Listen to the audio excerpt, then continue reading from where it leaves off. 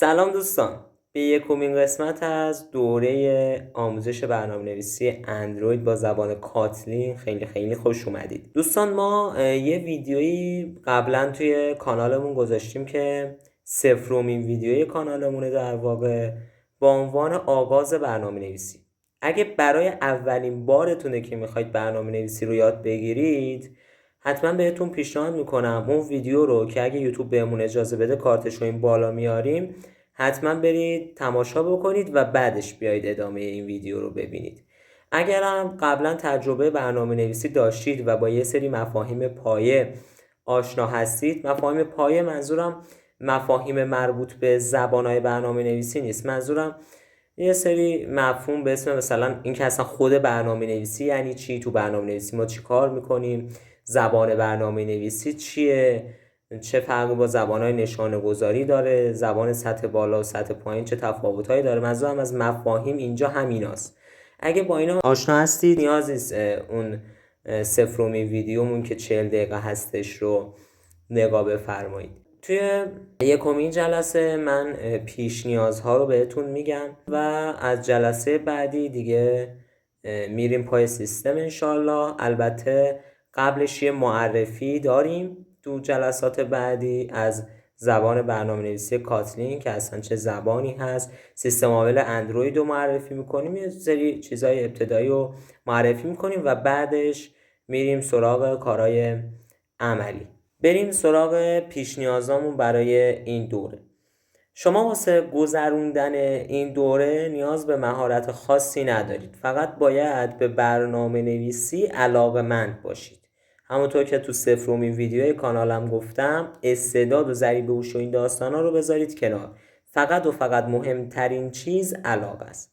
اما در مورد مشخصات سیستمتون که سیستمتون چه پیش نیازهایی رو باید داشته باشه، چقدر رم باید داشته باشه، چه مشخصات سخت افزاری کلا باید داشته باشه، باید خدمتتون عرض کنم که ما چون اول زبان برنامه‌نویسی کاتلین رو یاد میگیریم، از محیط اینتلیج آیدیا استفاده میکنیم. اینتلیج آیدیا نرم افزاره که یه محیط توسعه در اختیار ما قرار میده و حجم زیادی نداره و شما تقریبا میتونم بگم سیستمتون هر چقدر ضعیف باشه، ویندوز 10 رو بتونید روش بالا بیارید، قطعا اینتلیج آیدیا رو هم میتونید بالا بیارید. اما در ادامه دوره ما واسه ساخت اپلیکیشن های اندرویدی میریم سراغ اندروید استودیو که خود اندروید استودیو حجم خیلی بالایی داره و یه امولیتور یا شبیه ساز هم داخلش قرار گرفته که خود شبیه ساز اصلا کل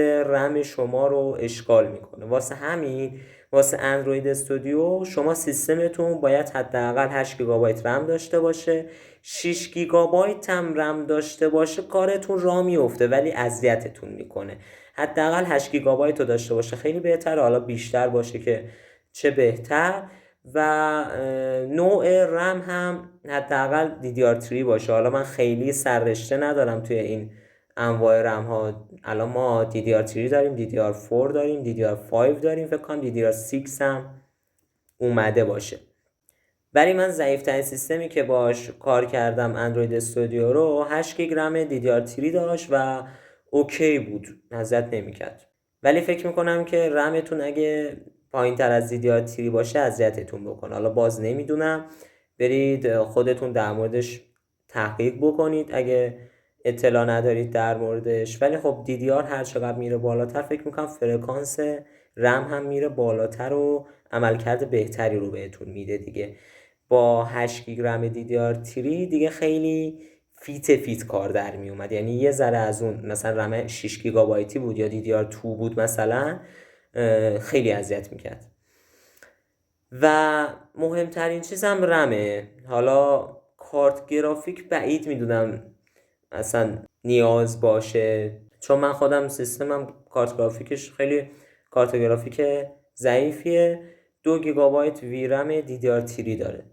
منم کارت گرافیک ضعیفی محسوب میشه و تو اندروید استودیو هم موقعی که دارم ازش استفاده میکنم نگاه که میکنم اصلا از کارت گرافیک هم استفاده نمیکنه، بیشتر از همه از رم و سی پی استفاده میکنه. رمو که کامل، من رمم خودم 8 گیگه، کامل پر میکنه تا فکر کنم 90% اینا میره.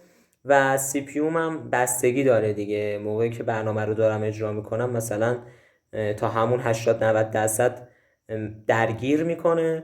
حالا موقعی که کار خاصی انجام نمیدم فقط کد دارم مینویسم حالا کمتره این مقدار. پس سی پی هم مهمه. سی پی تون حالا من خودم اینتل بازم زیاد در مورد سی پی های AMD آشنایی ندارم، ولی در مورد اینتل سی پی تون اون کورایش مهم نیست، اون نامبر کورایش که مثلا میگن کورای 7 و کورای 5 و این داستانا اهمیتی نداره، فقط نسلش حداقل 2 باشه، چون نسلش هم خیلی مهم نیست، حداقل پایین 2 نباشه حله. 2 دیگه الان خودش خیلی نسل پایینی ها ولی کار شما رو راه میندازه. اما کشش حداقل 3-4 مگابایت کش رو داشته باشه. حالا اگه 6 مگابایت به بالا باشه که چه بهتر، ولی با 3-4 مگابایت هم کار شما راه میفته و تعداد هسته‌هاش هم حداقل 4 تا باشه. حالا با 2 تا هم کارتون راه میفته ولی خب یه خورده اذیت میکنه دیگه، حداقل 4 تا هسته داشته باشه خیلی خیالتون میتونه راحت باشه. پس اینم از پیش نیازهای سخت افزاری شما. عوامل دیگه ای مثل همین کارت گرافیک که گفتم و چیزای دیگه زیاد اهمیتی نداره و این موضوع رو تجربه ثابت کرده به خودم. پس یه دونه گفتیم سی پیو تون حداقل نسل 2 باشه چون نسلش مهم نیست و 3-4 مگابایت حداقل کش داشته باشه با 4 تا هسته. رمتون هم حداقل 8 گیگابایت DDR3 باشه. همین. و دیگه جلسات رو گل داده بودیم که کوتاه باشه، واسه همین ویدیو رو همینجا به پایان میرسونم. تو جلسه بعدی میبینمتون.